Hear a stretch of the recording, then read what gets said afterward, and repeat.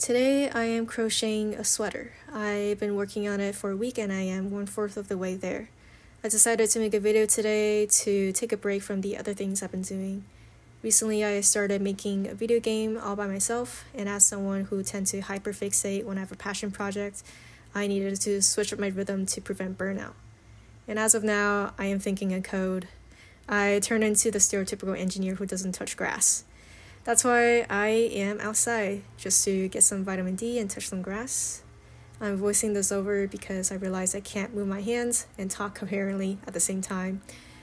Today, I'll be yapping about something I've been thinking about for the past week, which is creating for yourself instead of others.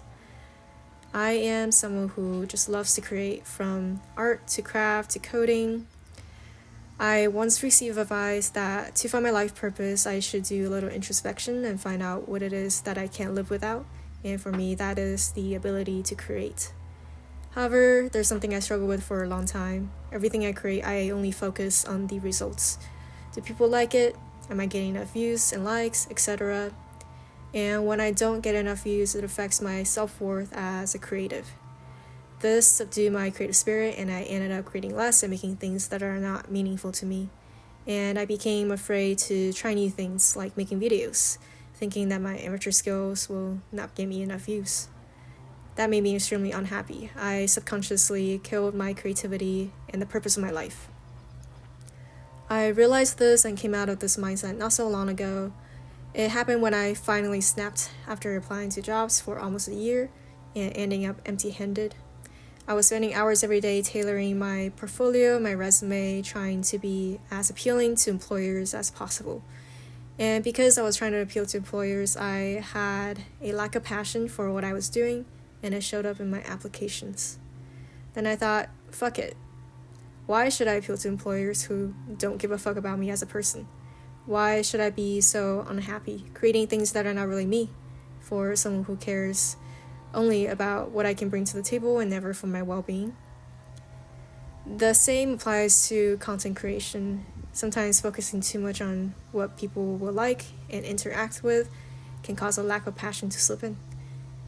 Content consumers are strangers who don't know who you are and have limited time and attention to give, but they care most about if a content inspires, entertains, and motivates them.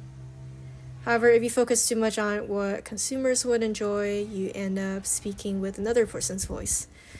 And that is a voice that's much like everyone else's. You end up just being the same as everyone else. And consumers have the option to just look at someone else's stuff instead. So I decided I need to shift my idea of success from one that focused on the end result of views and likes to one where I succeed if I enjoy the process. Nobody else in the world is looking out for me, so I need to look out for myself. I need to make content for me, one that I enjoy creating, and one that I would love to consume for myself.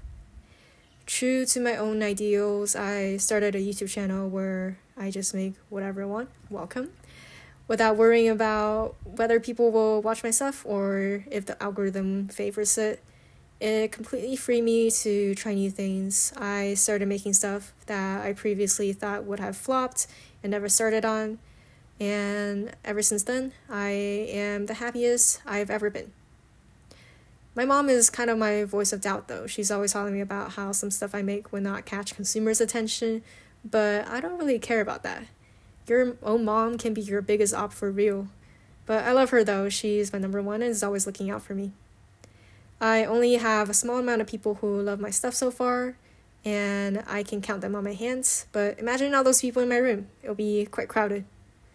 So make whatever you want. Don't let anything stop you from creating. Who knows? Maybe something you thought might flop might resonate with others.